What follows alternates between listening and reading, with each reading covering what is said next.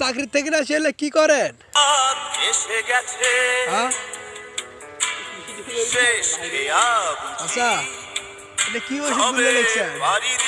ঢাকাতে চাকরি করে আসি এলে কাম করে না, এমনি লোক ঠিক আছে, অহংকার নাই, নিরহংকার।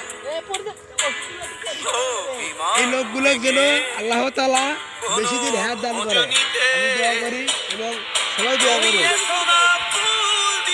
আমার কাকুর জন্য।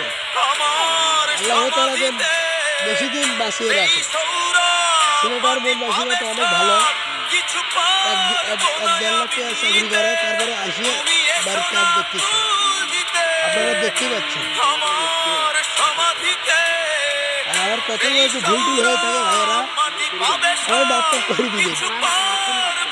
তোমার ঠিক মাপ চলে, মাপ করে দিবে।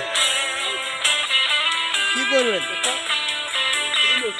আপনার কাছে লাখ টাকা থাকিও কোনো দাম নাই, মরে গেলে তোমার বাসায় তলে ছুঁয়ে আসবে। আমার ডায়লগ একটাই, অতএব টাকা পয়সা তোমার আছে, ছেলেদেরকে দান করার শেখো। এইরকম গরিবদেরকে 10 টাকা 20 টাকা করে দান করলে আপনার কোনোদিন লস হবে না, কথাটা মাথায় রাখো। সবাই ভালো থাকিও। হ্যাঁ, ওকে, আমার কাই বন্ধুর বললাম, আমাকে একটু সাপোর্ট করিও প্লিজ।